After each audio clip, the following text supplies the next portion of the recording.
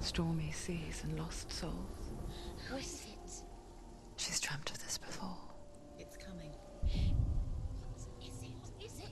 it? They say dreams are visions of our memories, thoughts and fears, as seen by our inner eye.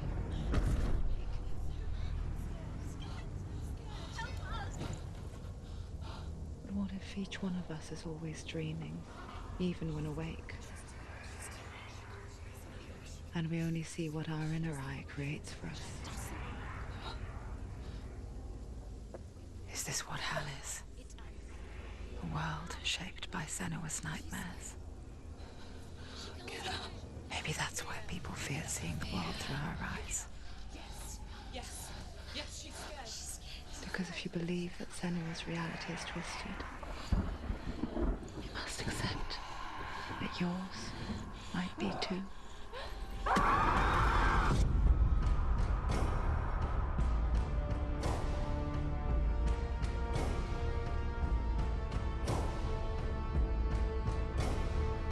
Hellblade Senuas Sacrifice is a video game about Senua, a Celtic warrior on a vision quest into Viking territory. But what sets our hero Senua apart is that she suffers from severe psychotic mental illness. He knows she's getting closer. He can feel her coming closer. She's getting closer. They're watching. The original idea for Hellblade was to create a classic hero's journey, a journey of suffering, but one where the fantasy world is not another planet or alternate universe, but a world that is constructed in Senua's mind. But to do so would mean putting psychotic mental illness at the center of the experience, a subject that is still considered taboo, and a challenge that was both terrifying and exciting in equal measure.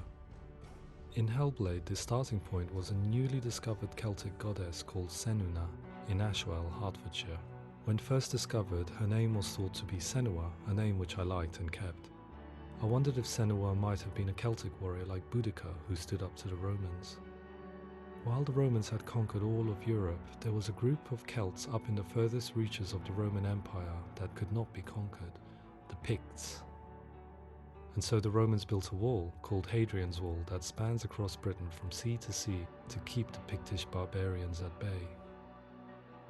The Picts were known for their war paint, painted on with woad, and their matted hair clumped with lime.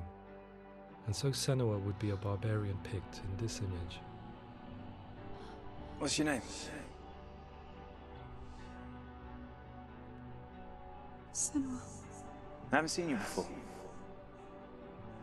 I don't leave home much. Oh, Zeno's daughter. I have to go. Wait.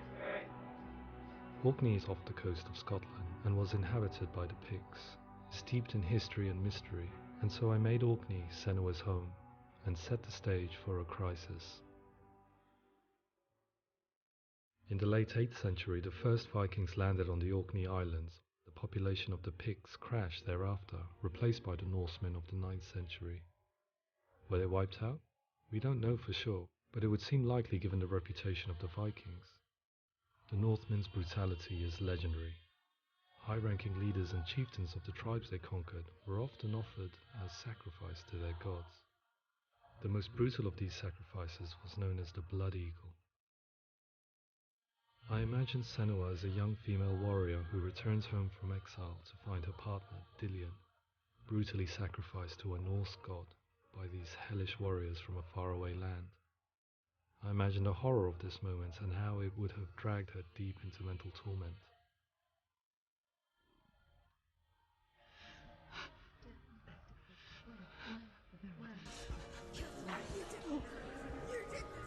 No!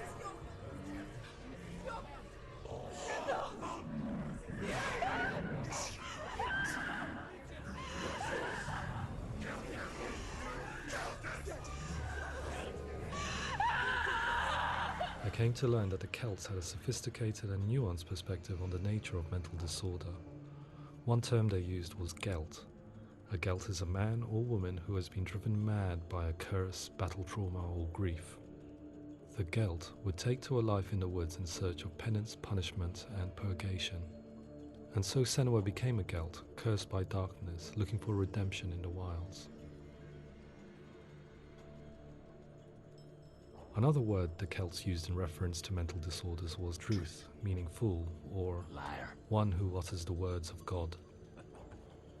They tell of the mad sinner who flees battle into exile and takes on a beastly nature, growing feathers on his body. The character called Druth in Hellblade is based on a little-known person called Findan, an 8th century Irish Celt who was captured and enslaved by the Vikings, but eventually escaped to Orkney where he became a monk. I will tell you my stories of hell, if I may walk with you. Upon meeting Senua, it would be his stories that fuel her quest deep into their world of gods. The Northmen say the world will come to an end.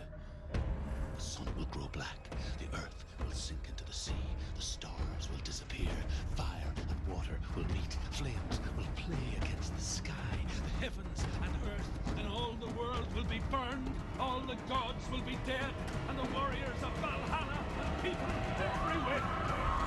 Senua, prepare yourself for Ragnarok, for it is nigh. So the stage was set for a new adventure, a journey into the Norse underworld called Hell, a vision quest fueled by madness and myth, a fantasy that was created by Senua's own mind, and one that we would experience through her eyes. This is your mission. This is your quest. There is nothing else left. To make a game about a warrior with psychotic mental illness as its central theme was fraught with danger. Mental illness, such as psychosis, is still taboo and rarely acknowledged in a century of cinema, never mind the new medium of games. Where it does feature, it often conflates psychosis and psychopathy associated with a lack of empathy. It is unfortunate that these two words sound so similar that they are used interchangeably in media. I must admit that I didn't have to look very far to discover my own ignorance of the subject. So we reached out to Paul Fletcher, psychiatrist and professor of health neuroscience at University of Cambridge.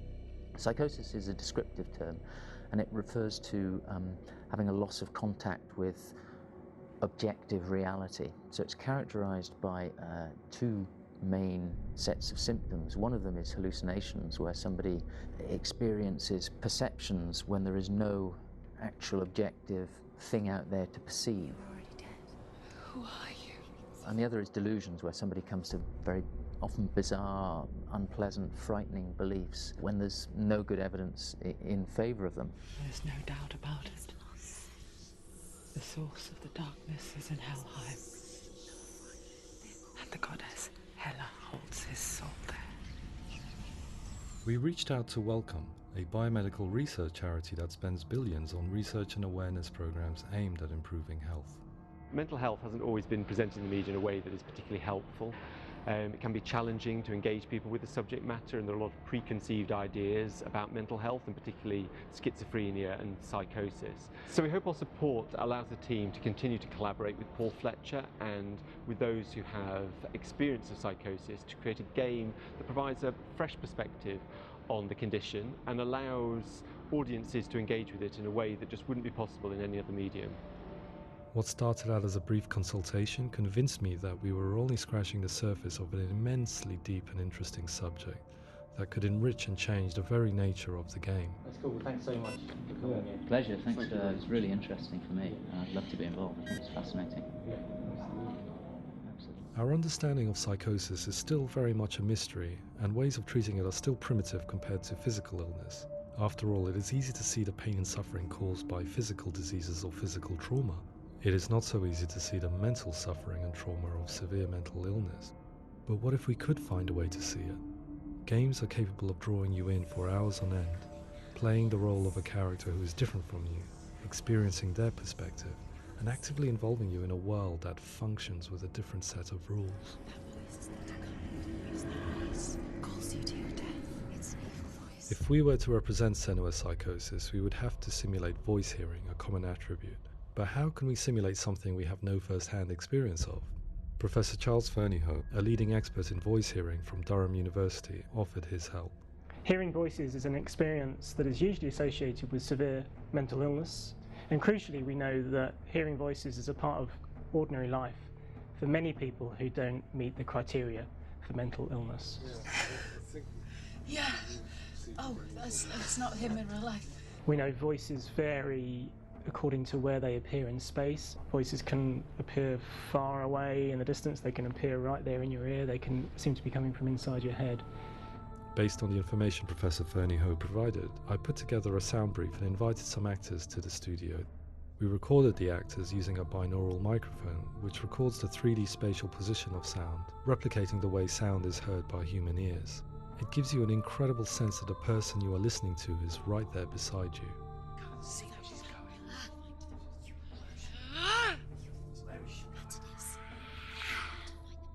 Rachel Waddingham from the Voice Collective came to our studio with 2 young voice hearers to speak to our team. We talked at length about their experiences and they listened to our tests, giving us feedback on how we could improve on it. Everyone hates her. She's cursed. It's very hard to represent what this experience is like, partly because it's such a personal, intense, emotional experience. It's testament to how Ninja Theory have been listening to what the researchers are saying, but also, crucially, listening to the experts by experience. What they've come up with is so compelling. It's by far the best representation I've heard of what these experiences are like.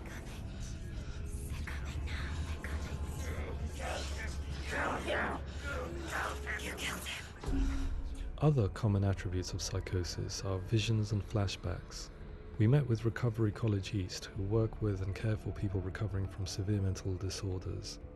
A group of service users gave us their first-hand account of what they experience. Sometimes when the visions or what we're seeing is too much, we become more until eventually we perhaps don't see anything. The people we spoke to, the stories they told, were fascinating, harrowing and mind-boggling. The reality of what people experienced was vivid, far exceeding what I could possibly have imagined.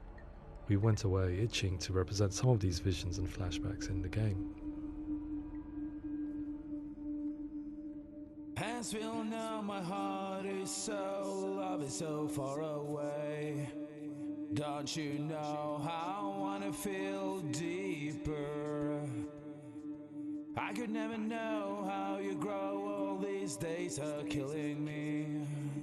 Now I see deep in me insanity does unfold. I just wanna feel deeper, deeper. I just wanna feel deeper, deeper.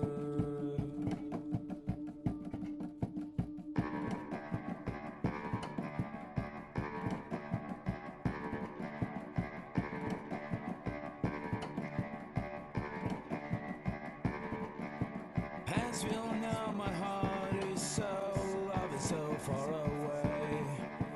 Don't you know how I wanna feel deeper? I could never know how you grow, all these days are killing me. Feel like this, read like this, I just wanna live, that's all. I just wanna feel deeper, deeper. I just wanna feel deeper, deeper.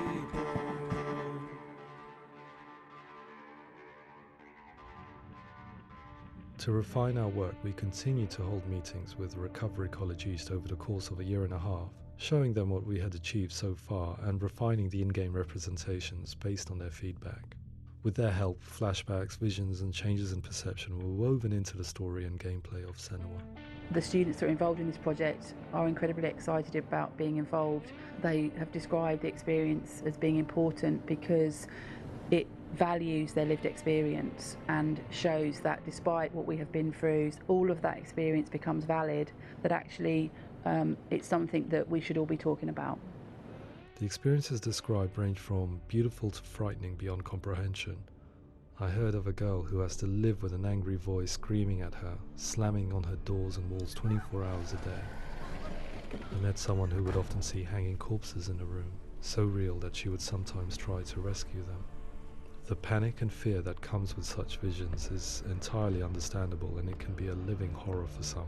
Worthless, weak, pathetic. Go on, feel sorry for yourself, because there is no one left to do that for you. I was urged by one fellow that we should not shy away from showing this horror, and so I was perpetually torn in making Hellblade. Had we gone too far with our representations or not far enough? broken and lost. Just like your sword. Come on.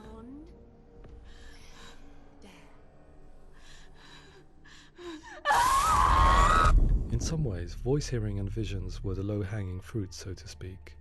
There's another aspect of psychosis that is much harder to explain, but one that I think video games are uniquely able to represent, which are often called delusions.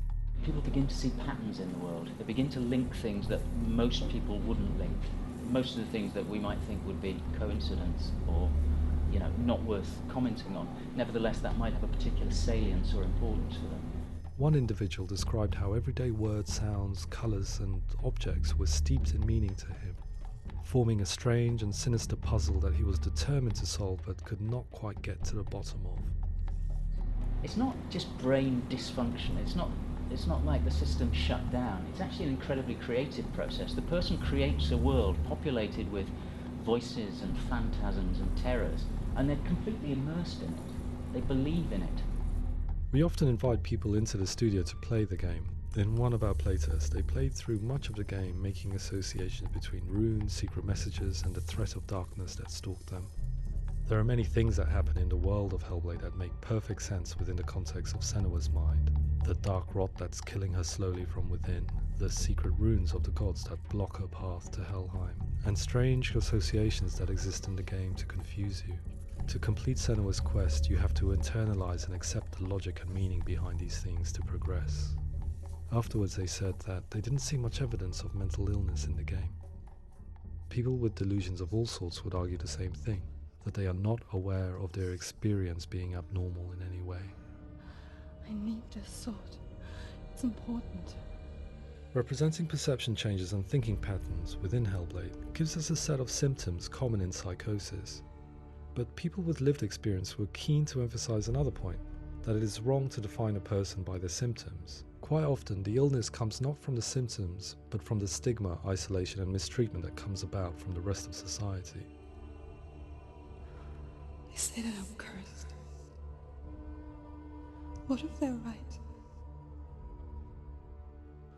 I needed someone to portray Senua, someone who could believably internalize her suffering.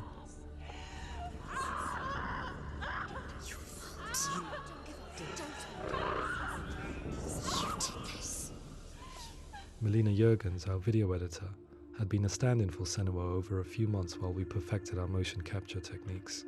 Without realizing it, she had already auditioned for the role, and I knew her well enough to know that I didn't have to teach her to act, but to relive her own internal pain.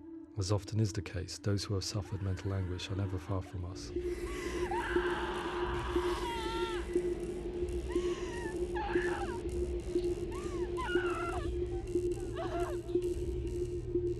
My hope is that by creating a compelling and aspirational character in Senua who feels very much real, albeit in a fantasy setting, we can provide a lens into her reality, a different one to yours, and this is where storytelling comes into play. I imagined her life based on common threads in real people's lives. She was always prone to psychosis as a child.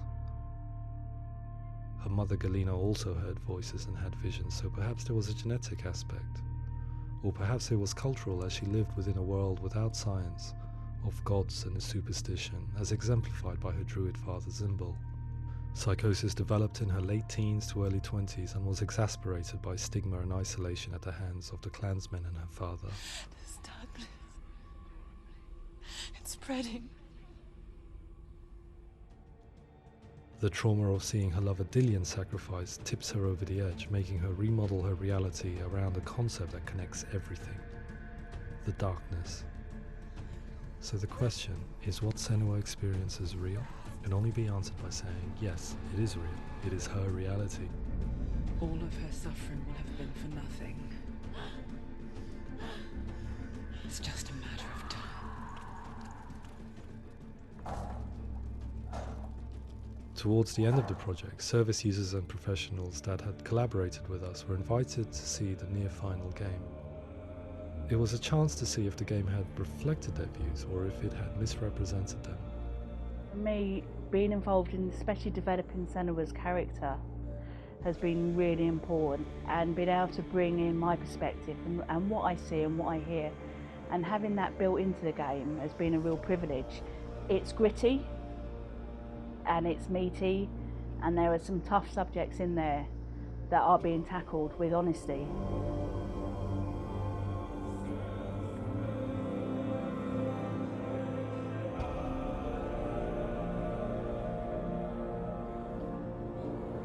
I was blown away by it today, absolutely blown away. It was just fantastic to get the opportunity to use our lived experience in a very creative way. There's nothing tokenistic about the work we've put in. It feels like we've been listened to, things have been taken on board, and I think there was a lot of realism in the game itself, and it feels very authentic.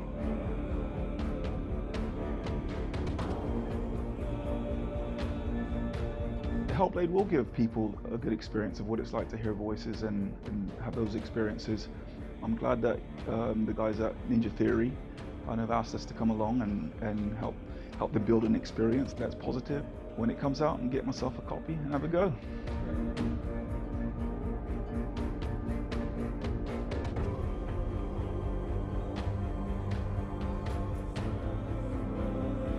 I think all the way through I was really inspired by how the conversations have translated into the game in a way that I think I didn't imagine was possible. So wonderful, really wonderful.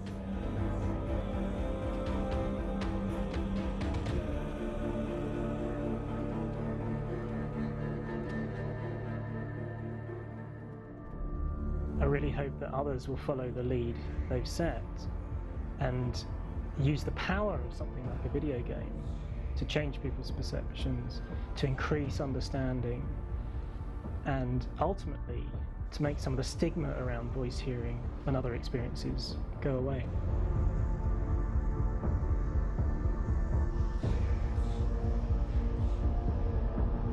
For me, it was really exciting to see something that I explore scientifically being represented so beautifully in a character who's trying to penetrate the mysteries of the environment in which they've been placed, with all of this strange uncertainty and noise and conflicting information that they're getting. I'm very excited by this way of trying to represent mental illness, because I think it actually might be offering us insights that we wouldn't get from pure scientific explorations, and actually giving us quite an empathic view of what it might be like.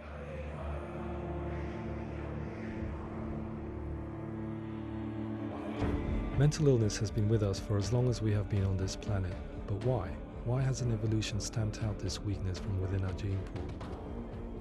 I often pondered this question until I realized that the question had an inbuilt flaw. It assumes that being and thinking differently is a weakness. The only reason we have computers, spacecraft, medicine, poetry, art, and yes, even video games is because individuals are able to simulate new abstract realities in their minds and share them with the rest of us. We need people to be willing to see differently in order for us to progress and survive as society. And we need to be open to these new ways of seeing. And it is this spirit that motivated me to create Senua's story and share it with you.